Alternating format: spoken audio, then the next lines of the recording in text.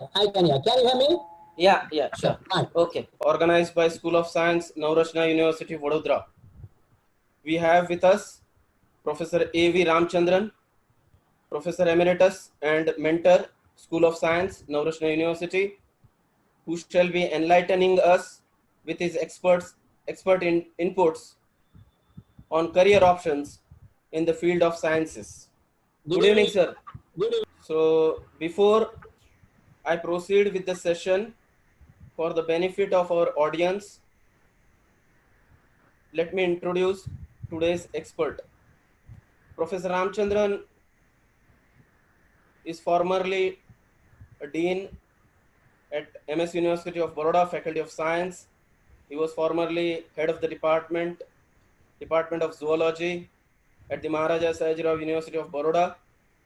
With more than 4 decades of teaching and research experience and several international awards to his credit, Professor Ramchandran is a teacher and researcher par excellence.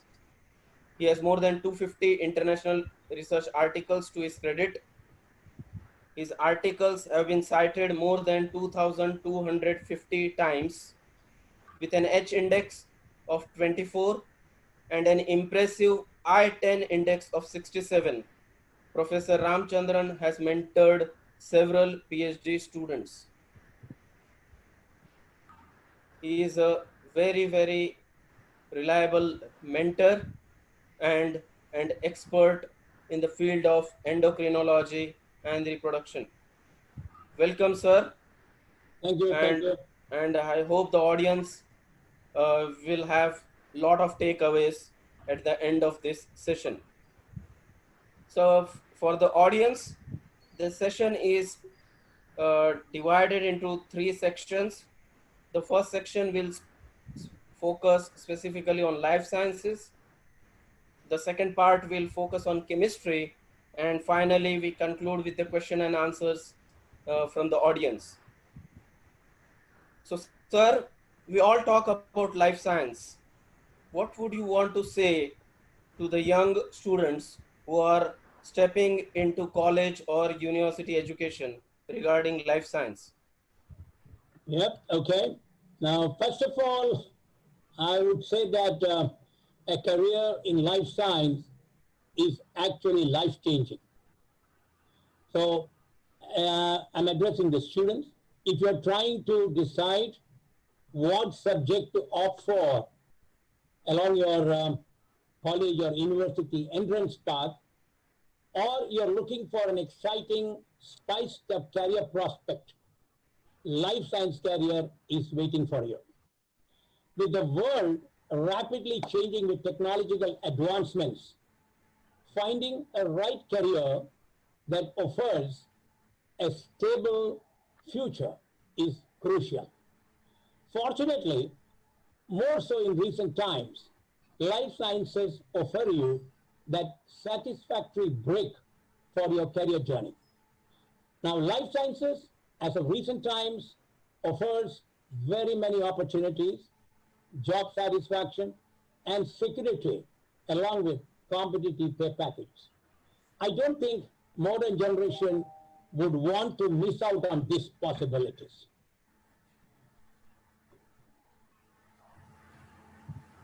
What does you want? Yes, Sandeep? Yes, sir, please go ahead. Please go ahead. Yeah. Sandeep? Yeah, sir, please go ahead. Yeah, I finished with my part which I want about life science. Oh, just a moment, sir. Just a moment. I'm trying to share something. Okay. Yeah. Okay. So, sir, what potential does a life science career hold for a student? Okay. First thing is that am I addressing the student? You must ask yourself, what is your passion? Without passion, one does not succeed.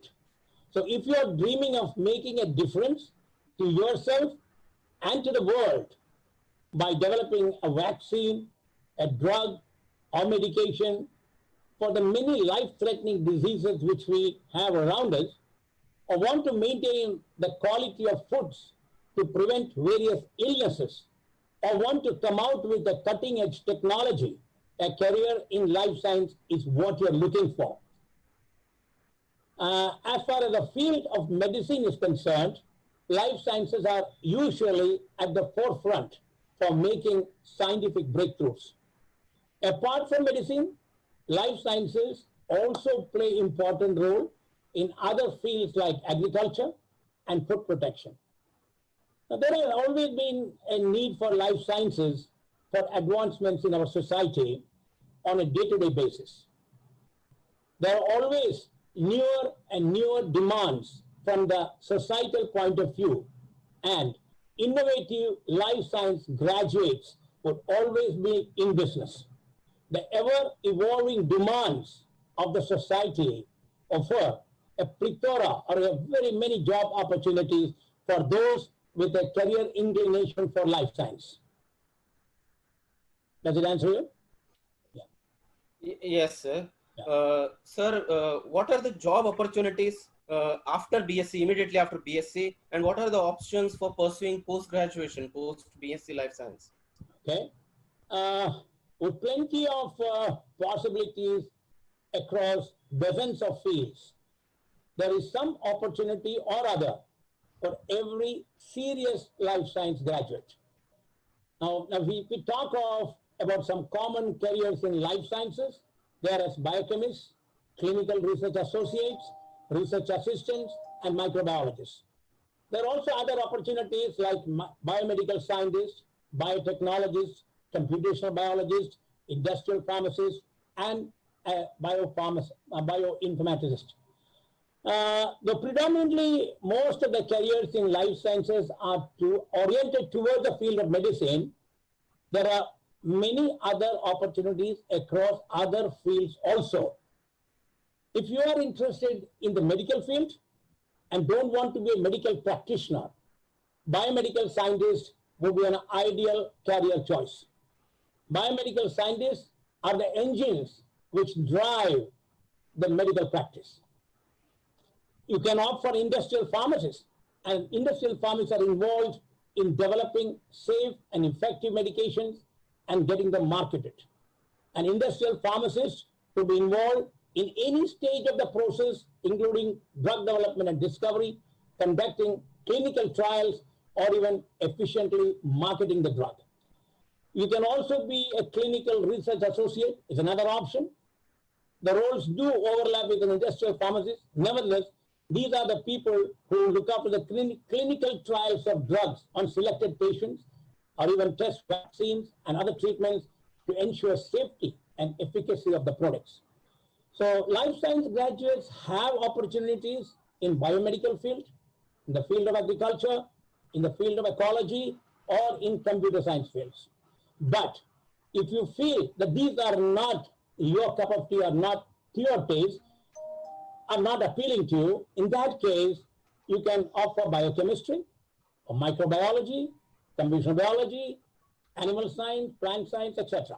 These will give you wide options as far as working environment is concerned. Now, these scientists are responsible for monitoring everything from food production to environmental issues to computer science to neuroscientific discoveries. So thank you, sir. You have talked about a lot of broad fields that are available in science. And let me add, I think a student can also pursue MBA if he is not wanting to pursue science. And after, by focusing on analytical thinking, logical reasoning, and English language proficiency. Isn't that correct, sir? Yeah, perfect. That's right, sir. Yeah. So you talked about a lot of options about jobs. Let us focus on the life after BSc, post-graduation. And there is a lot of talk about biotechnology. And even Navrachna University has started a biotechnology program, postgraduate program in biotechnology. Can you please share about details about that and how it is helpful to the students? Okay, I think you usually think about, when you talk about, nowadays doing graduation of BSc alone is not sufficient. Unless and until there are compelling reasons where a student cannot proceed for higher studies, go for higher studies, in which case they have to look for jobs. And I told you the opportunities that are possible in my previous words. Now, generally, we should go for a post-graduation. After BSc, you must go for an MSc to get better jobs. Because if it's a BSc, you get a lower-end jobs, and you get stuck in that level. There are very less opportunities to go higher up. But with a master's degree and a PhD, much more. You can go much higher to the topmost positions in any branch of employment, any field of employment. So masters is a very important program because, even in the case of doctors, if you see, MBBS alone is not sufficient. They need to go for an MD or MS. Of course, they don't have a PhD. But here in science, we have a master's and followed by a PhD, the highest possible degree in the field of education. And so your opportunities go very high once you do a master's and a PhD program. So the students after graduation in life science can, of course, offer higher studies. As you said, you do a master's probably, not only graduation, and then do an MBA after. After graduation, you go for an MBA program, you get much better opportunities. But you can also do a master's science program, and then go for part-time MBA course, which again opens out much better chance of employment in the industry field. So many students wish to be in the same field and offer research, so they will be experts in the field of life science. And for pursuing higher studies after BSc course, students should become more focused. The most important thing I will tell you is those who want to take up higher studies, they should be more focused and prepare for undergoing the master's program, and for more ambitious students, even for the PhD program. So naturally, as you said, the candidates who are aiming to go for higher studies should concentrate on these three items that we talked about. They must develop analytical thinking. It's very, very important. Logical reasoning, and a proficiency in English language. These are three must for graduates when they go for higher studies. They should prepare themselves for that. Now, you talked about Navratna University has started a biotechnology program. So let me talk about that. When you talk about biotechnology, it is an applied field of biology. It is a technology that uses living organisms, either cells or parts of cells, to make products. You could soon allow us to, you can think of products as diverse as household cleaning products, organs for transplant, and cleaner renewable fuels. So biotechnology is very much poised to change our lives, and why it could one day be a commonplace. I'm sure by about 2030 or so, it will be a commonplace thing like having a cell phone or a tablet. It's something like that. So biotechnology apply a broad range of technologies to employ living organisms or parts of them to make diverse products. For example, you can make drugs, you can make therapeutics, nutritional compounds, environmentally friendly chemicals and materials, biofuels, and novel functional materials can also be produced through biotechnology. You can also become an entrepreneur after that. You can have a novel idea, you develop the idea, and you have a startup program, so funding available, you can become an entrepreneur and have a small industry of yourself. So more broadly, the course that we have at Navratna would cover broader aspects, almost all aspects of biotechnology, like medical biotechnology, agricultural biotechnology, animal biotechnology, plant biotechnology, environmental biotechnology, and also industrial biotechnology, all of which will be playing increasingly important roles in our day-to-day life in the coming years. So biotechnology biotechnology can also be used to degrade toxic or harmful chemicals and agents present in the environment. As you know, environmental pollution is a great thing nowadays with industrialization. So obviously biotechnology can play an important role in removing many of these harmful products in the environment. Okay, thank you, sir. So before going to next question, I have an announcement for the audience. If you have any queries, you please post your messages in the chat box, and some very important questions out of that would be answered at the end of this session. So let me come to the question number 5, sir. Owing to this current pandemic situation, COVID-19, every other news channel has a word biomedical science. So what is biomedical science, and how is it different from biotechnology, biochemist, microbiologist, and computational biologist? When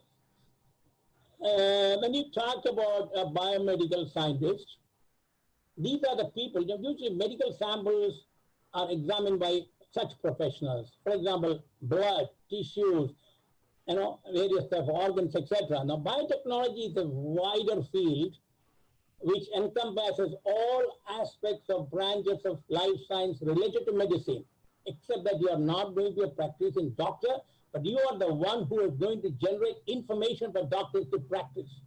So that's why I said earlier, they're like engines which drive the bogies of medicine. So medical practice and doctors essentially depend on biomedical scientists to get newer information in terms of vaccine, drug, therapeutic, and whatnot. It's a very wide field. It encompasses all branches of life science related to medicine. So in fact, it helps or assist doctors to diagnose and treat diseases. They're essentially people who work in research laboratories. They're ever involved in research activities. Their knowledge is extensive, and their research inputs will help and advise doctors and other medical staff. So a complete number of knowledge in pathology, physiology, anatomy, immunology, toxicology, pharmacology, all these things will come in biomedical science. Now, if you hear biotechnologies, as I said, biology is the science of living things, and you combine with technology, that becomes biotechnology. So applications of biological systems for products, etc., that's biotechnology. The use of biology in research and development will be used to solve issues in areas like pharmaceutical, healthcare, agriculture, chemical industries, environmental protection, food production. There will be little overlap between them, but then biomedical science is mostly research oriented, they come more information, but biotechnology is more oriented production of products and solving problems, etc. So biochemistry talk about is the chemistry of life studied by such professionals. So they check out the molecular structure, help in solving biological issues, new products and process research, and develop which benefit a broader range of food processing, agriculture. In biochemists are also required in very many industries and pharmaceuticals, etc. So they mostly concern themselves with the biochemical aspects of living systems, and biochemistry also plays an important role in medicine and drug discovery, etc. So there are many of the life science fields overlap quite a bit. That is why a good life science student, irrespective of what subject he takes up, animal science, plant science, biotechnology, or biochemistry, microbiology, you can still get the job if you're good enough. Because it is a biology, essentially, everything is biology. And if you have a broader understanding, you will be able to get placement irrespective of the jargon that goes off in the form of biotechnology, biomedical science, animal science. Because in India, you have these titles and watertight compartments. But you go abroad, there is no, it is like an ocean. Everything gets mixed up. You can easily move from one field to another field. That's the way it is. So you see, then computational biologists can be there. And computational biologists is involved in the development and application of data analytical and theoretical methods, computational simulation techniques, behavioral and social systems are all the methods that are used in computation biology. This is a broader definition and consists of foundations in applied mathematics, computer science, statistics, animation, biochemistry, molecular biology, ecology, genomics, neuroscience, and visualization. The computation biology can link many of these things together to bring out something great. The microbiology, of course, is the biology and chemistry of microbes as studied by such professionals. And the problems in areas like medicine, pharmaceuticals, industries, environmental protection are all solved by professionals having qualification in microbiology, because they essentially these microorganisms in health, disease, environmental amelioration, etc., remediation, etc. So microbiologists are also good. Then you got, I already talked about clinical research associate. That's something we talked about. You can have industrial pharmacy that also talked about. Research assistant. A research assistant is usually a researcher employed on a temporary or contract basis by an institute for the purpose of helping the academic research. And it's called a research assistant. Usually they are not independent and are not directly responsible for the result of the research, but such people may be graduates. They must be applied for a PG program or a PhD program. In between, they can take up a research assistant position in some industries, a temporary thing. Then you have bioinformatics also. The bioinformatics combines statistics, computer science, mathematics, and engineering. It's a field that develops methods and software tools for getting to know biological data. And now, there's much more need for graduates with bioinformatics knowledge nowadays because it cuts across fields of all science. One thing I want to tell the student beforehand is, generally I hear that in their schools, the teachers tell them to go for biotechnology for their BSc program. It is not right. You see, you cannot directly go for a biotechnology because you end up nowhere, you get lost. BSc has to be a broad-based course where you understand the basics of any subject, maybe biology subject, could be chemistry, could be physics. Don't go for specialized courses. Many private university colleges start off BSc in genetics, BSc in biotechnology, genetics and biomedical science, or biomedical technology, also things. But you get nowhere. After that, you have to go in the same stream for MSc because nobody else will take you, no employment. And after MSc, if you don't get into that narrow field, you're stuck because you cannot get a teaching position in other branches of science in India. So please, your knowledge base has to be broader at BSc before you go for specialization. At MSc, you can offer biotechnology, bioinformatics, or genetics, human genetics, whatever you want. But at the BSc level, understand you must take a broad-based science. It's plant science, animal science, or biochemistry, or microbiology, or chemistry. Please understand, the students have been misled, but the school teachers are not understanding. They put in their head, go for biotechnology. That's later, not at the graduate level. Please understand, once you get the broader aspects of biology, then you'll be able to apply those knowledge at the postgraduate level. So go for such specialization. It should be a pyramid, your education system, broad-based, and then go to narrow specialization. In fact, the time is coming, it's not being narrowed. Interdisciplinary approach is coming now. You need to know many more things, not narrow things now. The area of super specialization is getting over. We are coming back to broad-based knowledge and integration of all branches of science. That's very important. So I want to tell the students, please don't go for BSc, biotechnology, human genetics, or such specialized courses. You will end up nowhere. Okay. Okay. Thank you. Thank you very much, sir, for the excellent distinction and a very important caution regarding highly specialized courses at the undergraduate level. So there is always a confusion that the student comes up with. He confuses biomedical science with molecular biology. How they are different? I know many people ask me because I have been in MSU. I was involved with the initiation of the course related to cell and molecular biology. And now we have a biomedical science at Navratna University. Many people ask, what is the difference between the two? Is it not the same? It's not the same. Cell and molecular biology is a very small aspect of biology, whereas biomedical science is very vast. I compare it as it's an ocean, biomedical science, and the other is a small pond. So you do in biomedical science much more than cell and molecular biology. Cell and molecular biology, you are going to do that, no doubt about it. But beyond that, many other aspects of life science are going to be studied. So our integrated program in biomedical science, which we have in Navratna, 5 years, BSc program, is a composite program covering all branches of life science related to medicine so that you come out as a fully baked biomedical scientist who can get into a job in any field. After molecular biology, you restrict to only certain fields. Whereas after biomedical science, the opportunities are vast. Of course, I tell you vast opportunities, but remember, the students should remember it is their competence, their ability, their proficiency, their commitment, their passion. That's more important. So universities can prepare students, can train them, but ultimately to get the job, they should be competent enough. They should prepare themselves. They should have the passion for the subject. Then they get the job so easily. No question. Opportunities are there. You have to create the opportunity. Your knowledge base, your capabilities, your technical knowledge, all these things help you in getting employment. See, medical people in the medical faculty, they prepare doctors, but they're not responsible for giving you jobs. You need to find out your job, or you should be good practitioner. It depends on your talent, your ability. So same is the case in the universities. Universities prepare students, definitely well-trained from different branches, but ultimately it is their commitment, their focus, their passion that will help them in getting jobs. Remember that part of it. Okay? So I tell you, BM is a much broader branch, and you can go into very many. You can go into industries, pharmaceutical industry, clinical research organization, contract research organization. You can also do MSc, PhD, go into academics. You can do a postdoctoral function. The opportunities for biomedical scientists are much wider. Thank you, sir.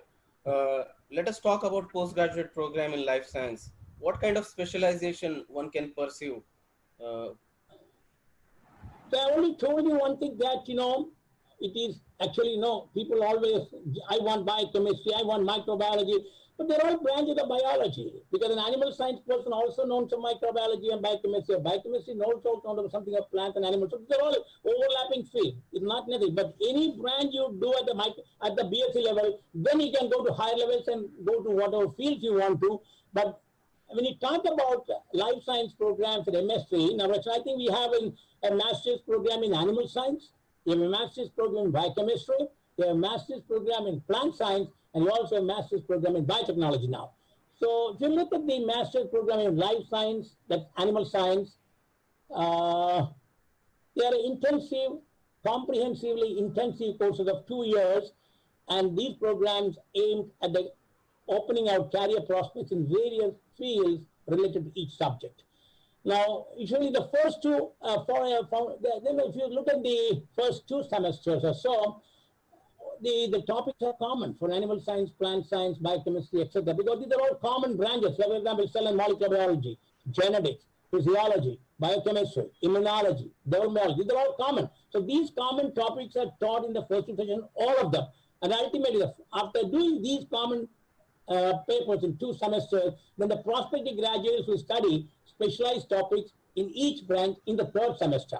So for example, animal science course will cover a far broader array of animals, study of animals in general, livestock animals, laboratory animals, economically important animals, companion animals, wild animals. You need experts in all these fields. How important wild animals are, companion animals, how to maintain them, your pets, etc. You have economically important animals, how to exploit. You have understanding of the physiology, functioning, biochemistry of these organisms. Laboratory animals, how to make them. Many of the pharmaceutical industries look for people who have the ability to take care of laboratory animals, their nutrition, their maintenance, their reproduction, all those things. So, similarly, livestock animals, which give you milk, eggs, fur, etc. So all these things will be covered in animal science. Then, after giving a strong background in applied aspects of animal science in the first 3 years, then you have exposure to modern techniques like cell culture, assays in molecular biology, Western blot, immunocytochemistry. All these techniques are taught to these students at master's level. The 2nd and 3rd semesters have, in addition to core papers, you can opt for an elective paper that is specialization in various fields like reproduction physiology. You can specialize in toxicology. You may specialize in marine biology and bioactive molecules from sea or fishery biology, aquaculture, dairy science, poultry science, apiculture, sericulture, conservation biology management. These are all special you can take up in the last semester. And then ultimately the last semester is a semester for dissertation. It is an introduction to research. So for 6 months, you do some laboratory experimental work as a beginning to research, a small project, new project undertaken, you execute that project. You can do it in Navrachana, you can do it any other institution, India or abroad. You find out the place you want to go. The university will help you in getting to go to that place. You can go there for 6 months, wherever it is, finish the project, come back and make presentation of your dissertation. You have a viva voce, etc. for that. So same thing is there in the case of plant science also. You can see, if you look at the plant science, again, the common subjects are there in the first 2 semesters, but then they have, again, special papers related to plant science like alternative systems of medicine, applied botany, angiosperm taxonomy and bioprospecting, plant pathology and GM crops, natural dyes and dyeing techniques, etc. These are the specialties they can take over. They can also have specialties in herbal medicine, biopesticides, biofuel, or phytochemistry. Very exciting prospect in all these fields. Then, similarly, biochemistry people master. The first 2 semesters common, all of them study the same thing, and then you go to specialization in biochemistry like clinical biochemistry, nutritional biochemistry, neurochemistry, biomedical genomics, analytical and industrial biochemistry, etc. So these are broadly the fields we're talking about. Biotechnology already talked about. Yeah. So, sir, apart from industry, can a student enter academics or teaching or research institute after MSc? Yes. So, are there opportunities in Of course, teaching I and think, if people who are interested in teaching, they should go for take up a PhD and join universities and become good academics, because in the university, the job of a teacher is not only teach but also to do research, and we've all done. So it is actually a very satisfying field where you can teach as well as do research. The research opens out new knowledge and which you keep on transferring the students. So academic, those who like academics, teaching and research, they should join academic institutions after PhD. Lots of prospects, number of good salaries now available in India. And you need good teachers to train students and to make future generations. I always tell, if you have a passion for teaching, please go for teaching. If you have no passion, I know as a teacher, I expect a student or a candidate who is going to take up the profession of teaching should have the basics of the subject very clear. That's the foundation. If your basics are not clear, I tell my students, please don't go for teaching. That's very simple. So there's an excellent opportunity. You can, academicians are always respected, you know that. So those who like it can go for that. And you can also go into research institutions, purely. Number of research institutions are there now, like CSIR Institute, TIFR, NCBS, NIV, IIFS, NEWRI, BARC, IITS, a number of purely research institutions. You can opt to do pure research only, no teaching at all. You go to university, you do teaching and research, all. These are the possibilities. Okay, thank you, sir. Sir, you talked about interdisciplinary approach becoming a norm in the 21st century. How crucial is the knowledge of life sciences, chemistry, physics, mathematics, especially with respect to the advent of interdisciplinary research, and how chemistry and life science can combine together and play a major role in development of diagnostic kits, which have become very, very important these days? Now, see, this term interdisciplinary is a buzzword in education, and one that gets thrown around quite a lot these days. I told you the earlier time there are a number of integrated programs, all science, and then came time of specialization. Everybody went separately specialized. Now we have come to realize again there is need for integration of all scientific subjects to coming together. Then only you can do some meaningful research, come out with anything product. So input from all branches of science is required for doing something constructive. So this is a very important buzzword. So what does interdisciplinary study really mean? And why is it so desirable? That's the most important. So the type of study or the interdisciplinary study allows the student to learn by making connections between ideas and concepts across different disciplinary boundaries, like at physics, chemistry, biology. Students learning in this way are able to apply the knowledge gained in one discipline to another different discipline as a way to deepen their learning experience. That's the most important thing. And one of the biggest barriers to achieving true interdisciplinary study in educational environments is the necessity for collaboration of educators. Unfortunately, in India, even in the same department or same field, people do not collaborate. They work independently after they are doing what we call earth-shattering research work. They don't share the work with each other. It is an absolute stupidity. So people should learn to work together. More output comes. That's what happens abroad. People from different works work together and finish off the problem in no time. Good applications and the results come out fast. Here, everybody is working on an island. And everybody thinks an ivory tower they're building up. Unfortunately, that mindset has to change in India. The faculty members from different departments, different disciplines will have to come together, address a common problem work.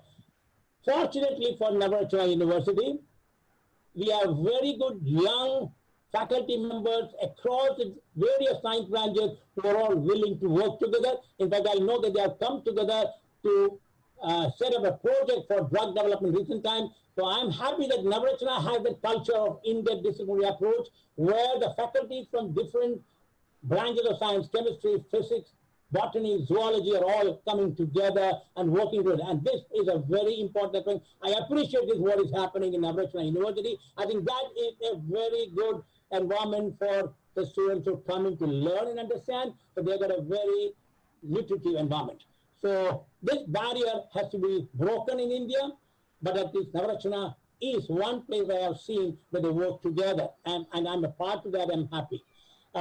Fortunately, in Navratna, as I told you, the healthy outlook of interdisciplinary approach within faculties, and they work towards development of phytotherapeutics for various diseases like cancer, diabetes, polycystic ovarian syndrome, etc.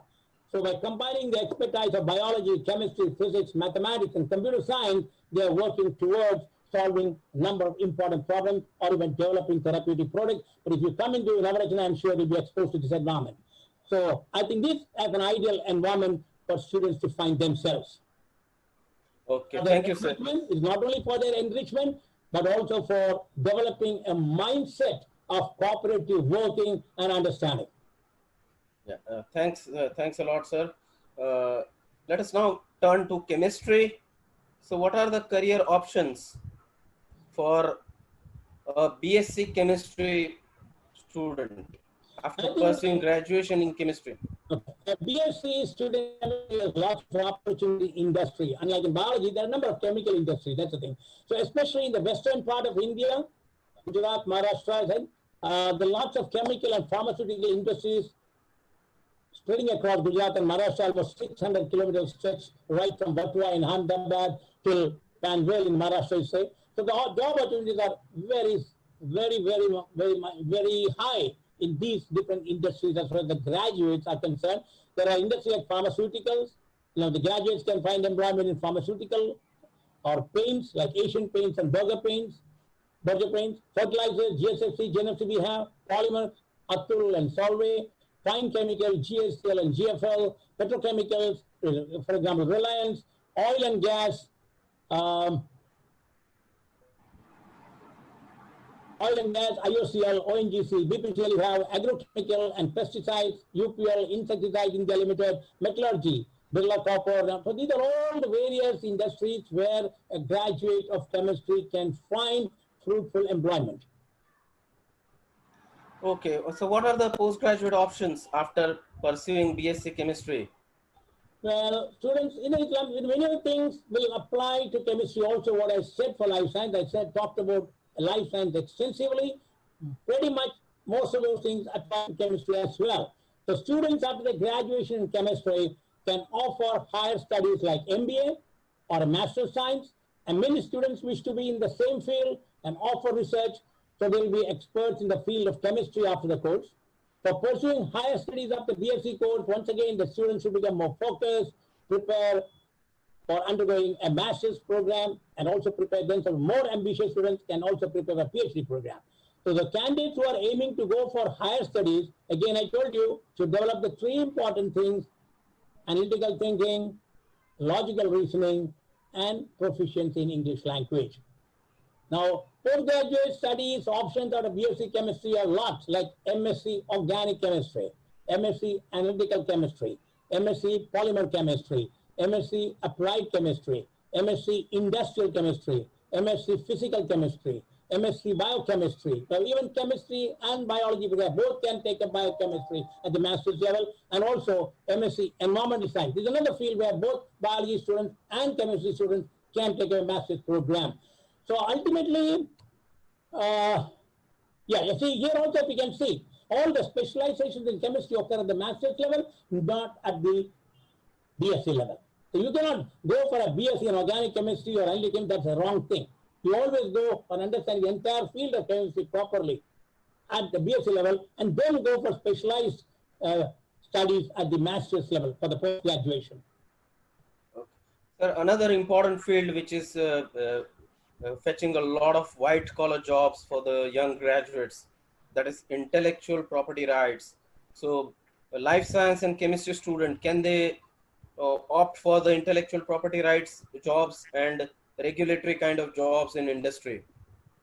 So definitely, I think it is a specialized option available. After the master's program in life science or chemistry, they can take a small diploma programs in intellectual property, IPR, or even what you call clinical research, or you also talk about regulatory affairs in pharmaceutical industry. So they can, regulatory affairs, yeah. The specialized job can be easily available with the masters plus this diploma in this, it becomes easy for them. So it's an upcoming field, and there are lots of industries which have their IPR cell, what we call intellectual property rights cell, and students with background in science and interest in law, a little bit of law also can study, are the most sought after people for the IPR cell. So there are also lots of opportunities pertaining to regulatory affairs, especially with respect to US FDA regulatory inspections. Even in India, there are regulatory norms. So in pharmaceutical industries, the drugs, the quality of the drug, its marketing, and its education, how it is passed on to the common man, all these things will be done by regulatory affairs people. So you do your master's program in chemistry or life science and take up a diploma course in IPR, or you take up in clinical research, or you take regulatory affairs, you get an opportunity to get into those fields easily in the industries. So let us talk about, sir, post-graduation in chemistry. What are the options after post-graduation in chemistry? So we already talked about the various or very many industries where BSc people can be employed.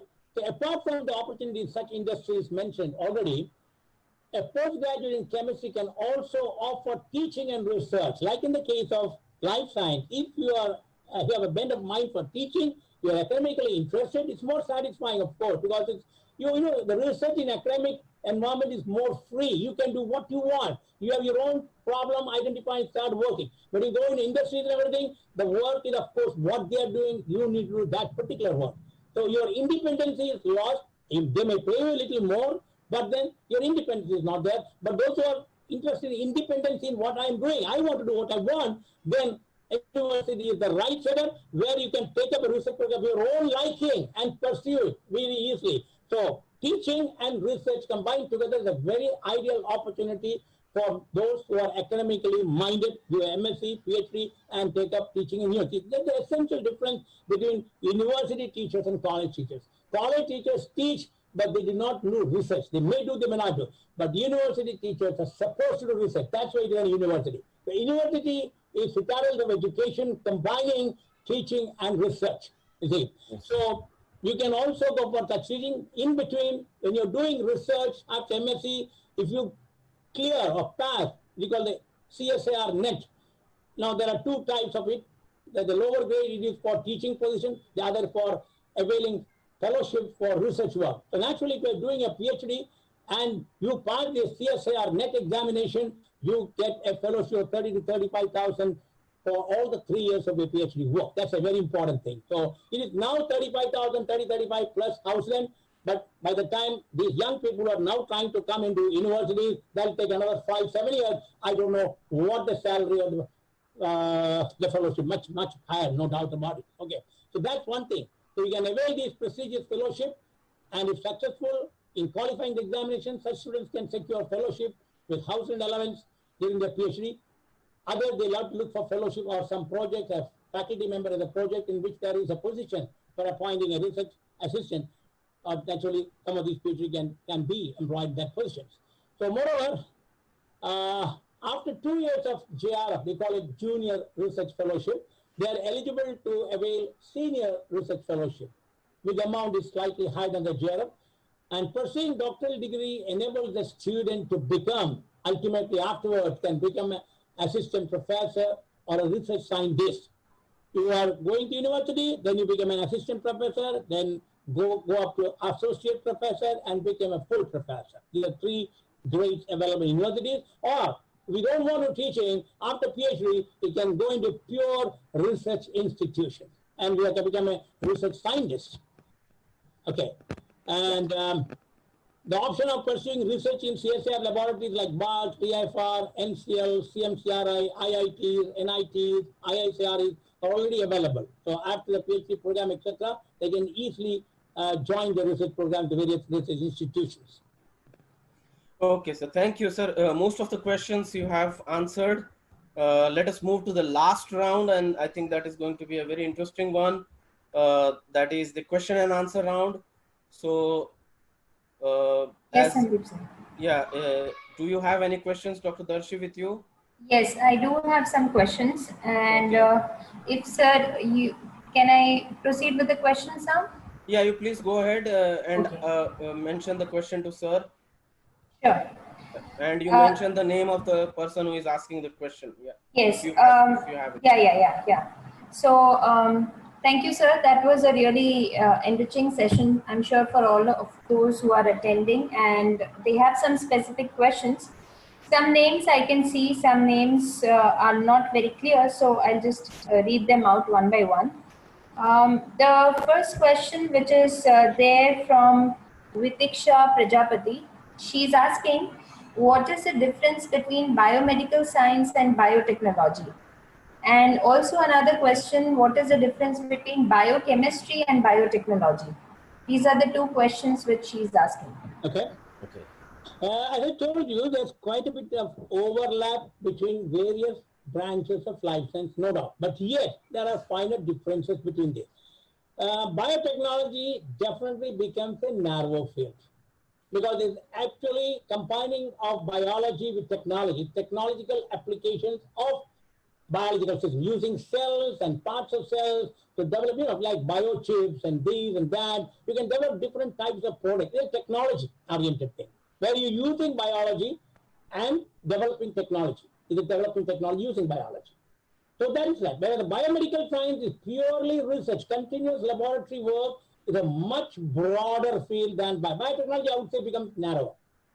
Prospects are very good. You can do many things in biotechnology. You can have number of products, household products, this, that. You can also start your own entrepreneurship. You have a very good idea. You can develop it. You get funding for that nowadays, and you can become a small industry. That's a different story.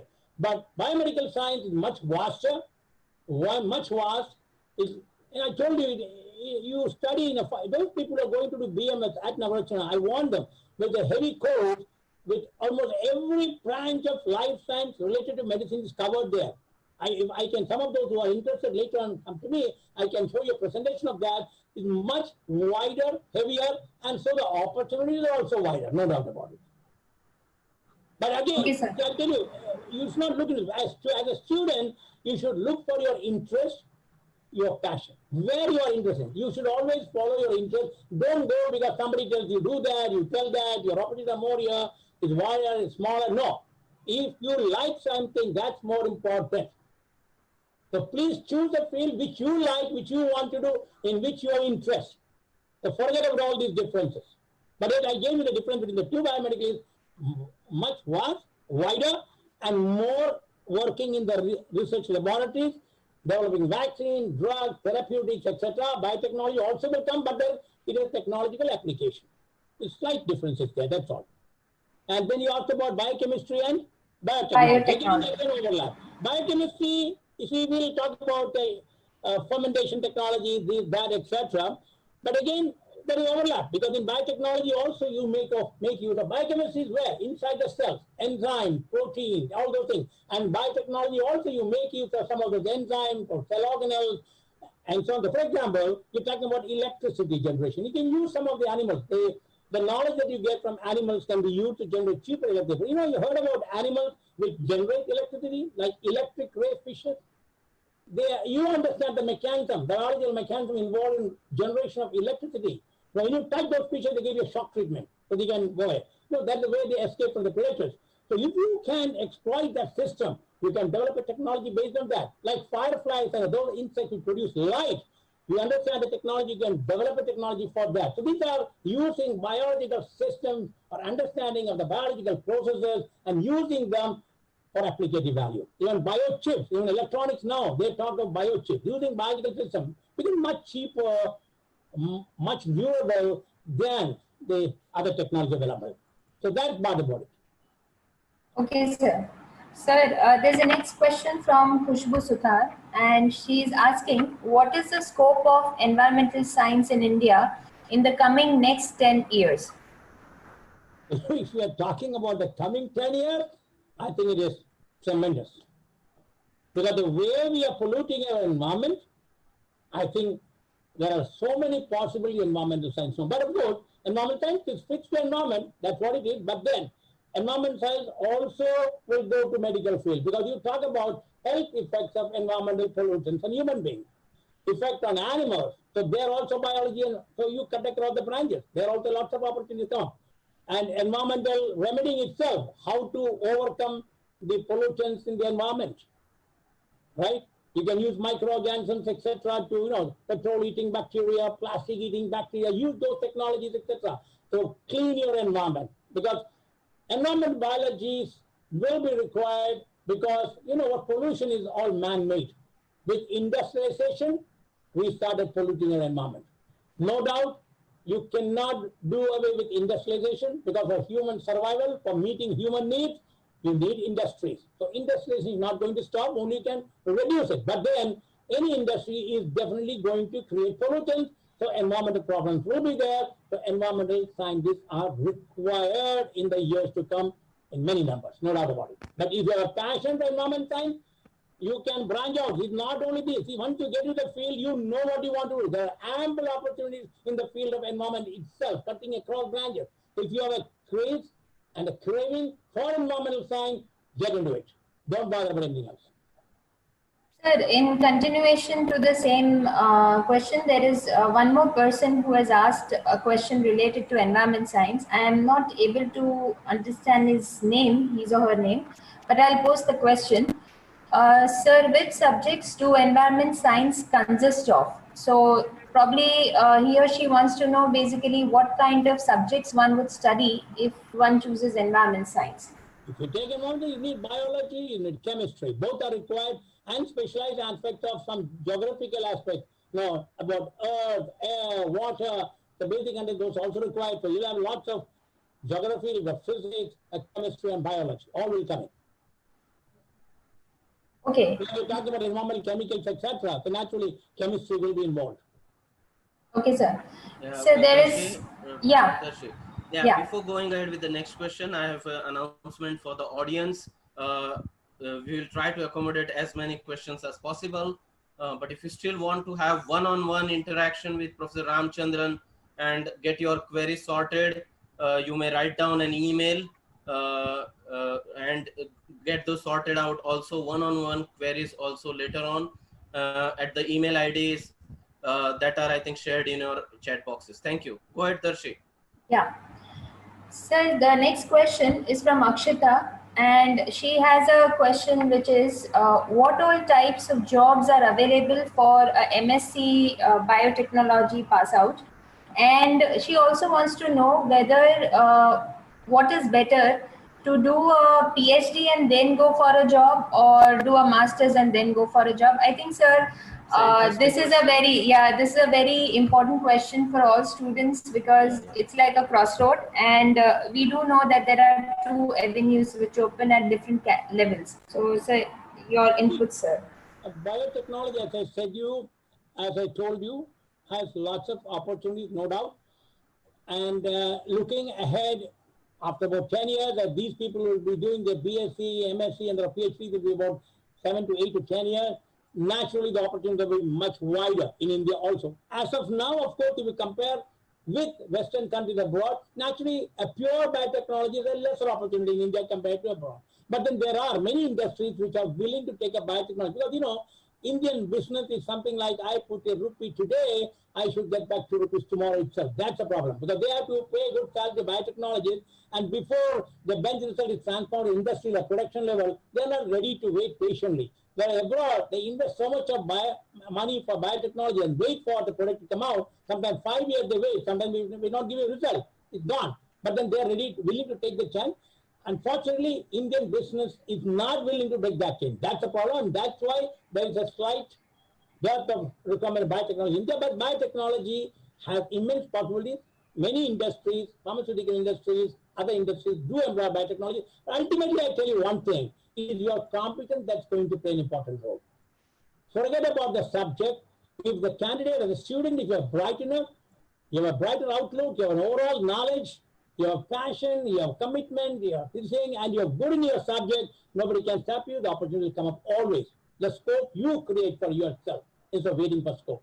So biotechnology has, I would say, you're talking about job after PhD in India or abroad? Sir, I think both dimensions. Yeah, but basically the question... If you have a possibility of going abroad, of course, broader chances are there for microbiology, no doubt. But if you are going abroad, then I would say you should go after PhD, one should go. Because before PhD, if you try to go, you have to clear GRE, TOEFL, and all those things. And again, they'll make you do one more year there before they take your PhD. But after PhD, you can straight away go for postdoctoral research work. PDF, it's possible.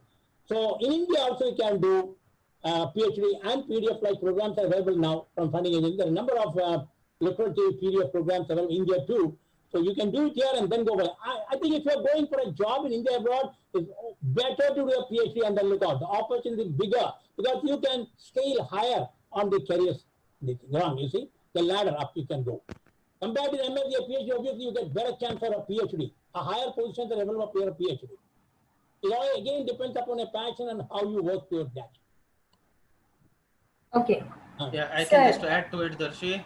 Yeah. If you look at the industry point of view, sometimes you may be very competent master's level student and very good knowledge, but unfortunately not having a PhD degree stops a lot of growth. Yeah. Yes. So from that point of view, PhD is extremely important. And I think from year 2021, for teaching position, PhD is going to be compulsory. So yeah. I think there is hardly any option left now. One has to do a PhD if somebody is pursuing masters and looking for a teaching position. Okay, sir, there is the next question is from Kirit Mali, and he wants to know that basically after doing a BSc and MSc microbiology, is there a scope for application in forensic science? There would be, but not broader, because the minor applications would be there in forensic science. Unfortunately, India, you see, the watertight compartments are there. Actually, if you see, all these are related fields. A person who does microbiology can easily understand those things. But then question is, in India, you have watertight compartments. A biochemistry person is unique and a biochemistry person. A microbiologist is a microbiologist. A physiologist is a physiologist. But they're all interlinked actually. Biology is a story inside the cell. Everything is combined. But unfortunately, India, the mindset has not changed, because of which there are certain problems. You see, so microbiology you can go into, but I would not say the opportunities are tremendous because there are a number of courses of forensic science available. So naturally, they will prefer a graduate, a postgraduate in forensic science rather than a microbiologist. But then, if you are good enough, you can get, but the opportunity is lesser, no doubt about it. Sir, okay, sir. So there's another interesting question from Mala Patel, and she has written, good evening, sir. It was really very informative session. Thanks for wonderful guidance. Her question is, as you said, there are lots of opportunities after MSc and one can build his or her career at highest level, but why society still feels that doctors and engineers are at the topmost level? And even parents are believing that the same. So why is it so? And what to do to bring correct awareness regarding the same? It's an unfortunate situation in India. We cannot change that. That's the mindset of India. I think the policymakers should change their mindset first, then only things can happen. So they always think the doctor, the engineer, that's not the case. Now you're seeing the present situation of COVID-19. Look at their need for scientists. It's the scientist who is going to solve this problem. Working out, hardly, right? A medical person can only practice. He is not going to come out from new innovative things. It's a scientist who is going to come out with innovative things. But unfortunately, in India, you give a higher position for doctors and engineers, and doctors also think they are greater than scientists and teachers. And even teachers and scientists, they're actually at the high level. In Germany, if you see, recently you saw the poll, the chancellor asked by somebody why we are not getting. The teachers and scientists are paid higher salary there. When the chancellor was asked, the chancellor of the government country said that these are the people who teach you, like judges and others to ask for the same salary. But these are the people who taught you. How can I put you in the same position? That is the outside mindset that you have there. But in India, unfortunately, that's not the case. That's it. So, but then still, all said and done, the salaries are not that bad for scientists and teachers now. In our time, it was very bad, no doubt. But now it is much better, but not definitely much lesser than engineers and doctors again said. Sir, can I just... That should not deter you. What should be? The money is not important. That's the mindset. It's a satisfaction that you derive. So if you are a penchant for research, you take up research, it's a challenging job, satisfying job, you come out with results, the self-satisfaction is more important than monetary benefit alone. So can I just add something here? Is it possible that after COVID-19, there will be a shift in the mindset now? Because You can already see that what is happening. Definitely there is a shift. Post COVID situation, there has to be a major leaning towards scientists, no doubt about it. Because, sir, most of them, whether it be US, whether it be India, we are seeing that everyone is talking about scientific experiments being done. Yeah. So I think that itself is enough for us to tell what the future is going to be like. Yeah. Maybe it will take time, but we do see that things are changing. So I think the contribution of science and technology and innovation is going to be the key for facing challenges in the health industry. And further challenges humans are likely to face, because the activities and attitudes of humans are such that we are going to create more problems. So obviously, you will require contribution of science and technology to overcome many of the problems, no doubt about it. yes, sir. So the next question is from Suhasi. She says, right now I am in third year of BSc Microbiology. What can I do next? MBA in which field, or MSc then in which field? And also which are the best colleges? I think for the best colleges, we can write to her separately. But maybe, sir, if you can answer the question whether MBA, MSc. Yeah. One thing for that is college. Why do they for college? They should go to university than a college. Anyhow, so you can either continue with microbiology itself, or you can go into biotechnology. That's possible. And PhD, I think, will be much better. So Sandeep also told you, with the PhD, your chances go higher up, no doubt about it. So you can continue either in microbiology. It depends. I think I should ask you, what is your interest? Which yes, sir. aspect of life science interest you? I told you should pursue your interest and aptitude. Don't go by this has got more opportunities, that has got more opportunities. Don't go by that. You will excel the moment you pursue your passion. You pursue your aptitude. What is the aptitude that you have? Which field? You go to that, you will do much better. You get a much better opportunity. Instead of just pushing into something by so many other extraneous reasons. No.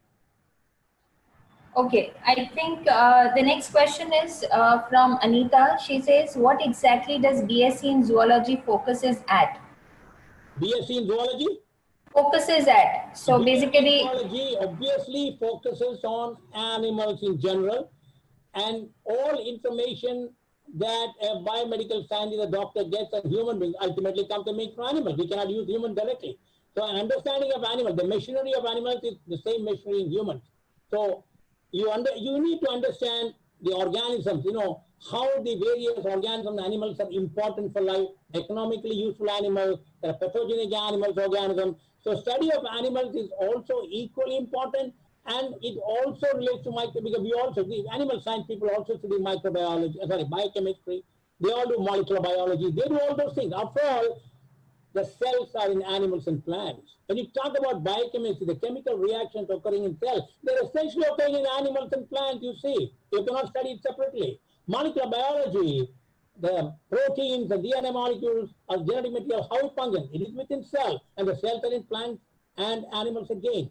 So all these, animal science students know. Yeah, in fact, I tell you, an animal science, a plant science student, a much wider understanding of biology than only biochemistry or microbiology.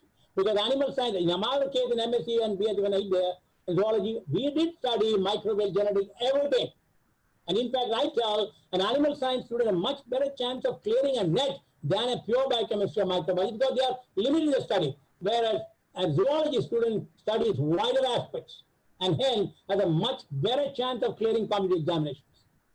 Unfortunately, in India, they look zoology, animals. That's the way they look at it. But they don't go into the contents. That's the problem. So it's a mindset in India that has to change. Abroad, there is no difference in zoology or botany or microbiology or biochemistry. You can simply move on. Even into medicine, there are doctors who come and work in biological laboratories. Indian doctors won't do it because they're not interested in research at all. They want to practice and earn money. You think Venki, who, because the interdisciplinary approach there, Venki Raman, who got the Nobel Prize, he was a physics man and works in biology on ribosomes, gets the Nobel Prize. Look at that. So there should be no boundaries actually. It's because of that mindset in India we think of zoology. Zoology people have the same opportunity as a biochemist or a microbiologist has. Because he or she also studies almost everything along with animals, most animals. In terms of biodiversity, the wider aspects are covered in zoology. Okay. Sir, continuing to that, she has the question, what are the options available for MSc after doing a BSc Zoology? You can go to MSc Environment Science, you can go to MSc Biotechnology, you can go to MSc Biochemistry, you can, anything. Even MSc Zoology, Animal Science itself, anything you can go into. Okay. So there is one question regarding placements. So they are saying, what are the opportunities provided for placements after MSc Biotech in Nagarjuna University? No. I think, sir, basically we have covered some portions of placements, but I think, yeah. I tell the students, see, for example, I understand the universities try to help the students because we call industries, etc., to take campus interviews in the university so that people can be employed directly. But then what I'm telling you is a university essentially trains you for life outside, right?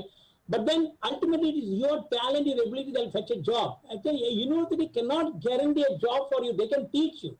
They're not guaranteed. Medical people, they don't guarantee a job after passing out MBBS. You have to be on your own to find a job as a doctor or a practitioner or whatever it is. So naturally, but yet, all said and done, I think Nagarjuna University will be striving its best to give you placements, right? They will help you to put in touch with industries or organizations or even invite industries, etc., to come to the campus and conduct interviews so you can get opportunities.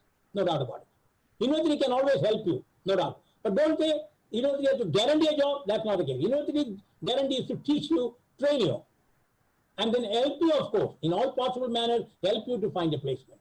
But you should be competent. If you're competent, you are going to get placement, no doubt about it.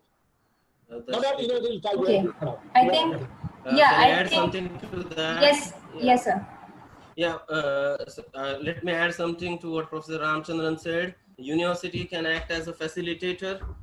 That's the most the university can do. It is ultimately the student who has to secure that job, because what we have seen is that we provide all the platform. There is placement training and assistance, CV writing workshops, then mock interviews, mock written test, everything kind of assistance that a student requires is provided. But there are students who succeed, there are students who ultimately don't succeed. But as Professor Ramchandran has already mentioned, passion and aptitude is important. If you are fundamentally sound, if you have clarity regarding your subject, I think sky is the limit, especially in science. Nobody can stop you. Yeah, nobody can stop you, as Professor Ramchandran says. Yeah. And ultimately, another thing I can talk about Nagarjuna is because, it invites number of scientists from abroad in India for giving guest lectures. Last year, so many foreign people have come and given lectures. We have 2 international conferences where number of international scientists have come. There's an opportunity for students to interact, know, and even that throws up opportunities for them to go abroad for working with them, etc. So that's another thing that Nagarjuna thinks about. Always getting lots of senior scientists from abroad in India to come and talk. That will help students an opportunity to interact with them, and possibly in future it will be helpful to them. Okay. Does. Okay, sir. Yeah. Sir, Any questions? how many? Yeah, so can I take 2 more questions maybe? We can ask sir, because it's almost one. Sir, can we take 2 more questions or?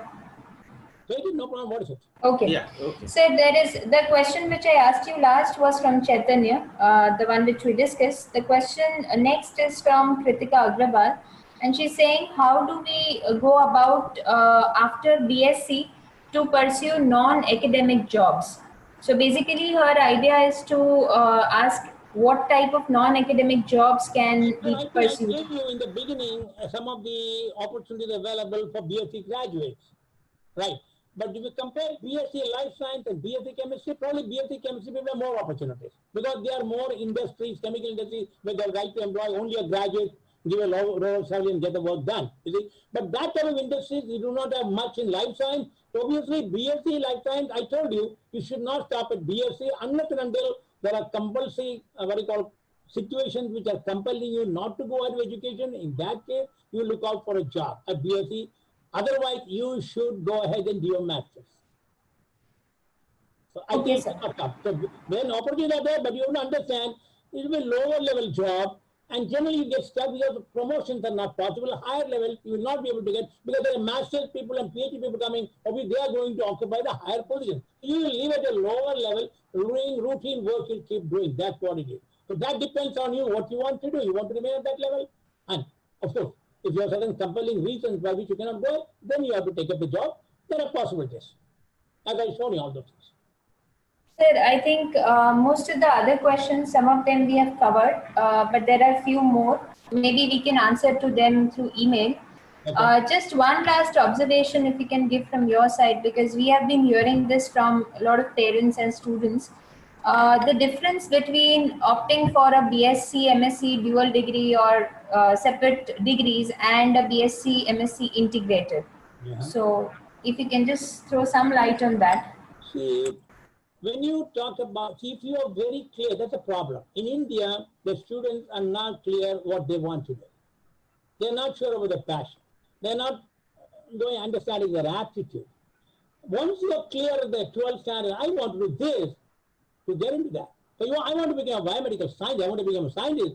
You go into biomedical science, then why you want to look into anything else? So your 5-year integrated program will make you a fully baked biomedical scientist. And there are a number of universities in India which is a BSc biomedical science or MSc biomedical. It's very narrow, limited. It doesn't serve the purpose, right? And only 3 universities are there in India. One is in Bombay, and one is at Trichy, and Navratna are the only ones offering an integrated biomedical science program. Since the opportunities are wider, if you come out fully baked as a biomedical scientist, you have wider opportunity. I mean, your option, I want to go into scientific research, I want to go into biomedical science, do research, and help in healthcare, etc. of the country.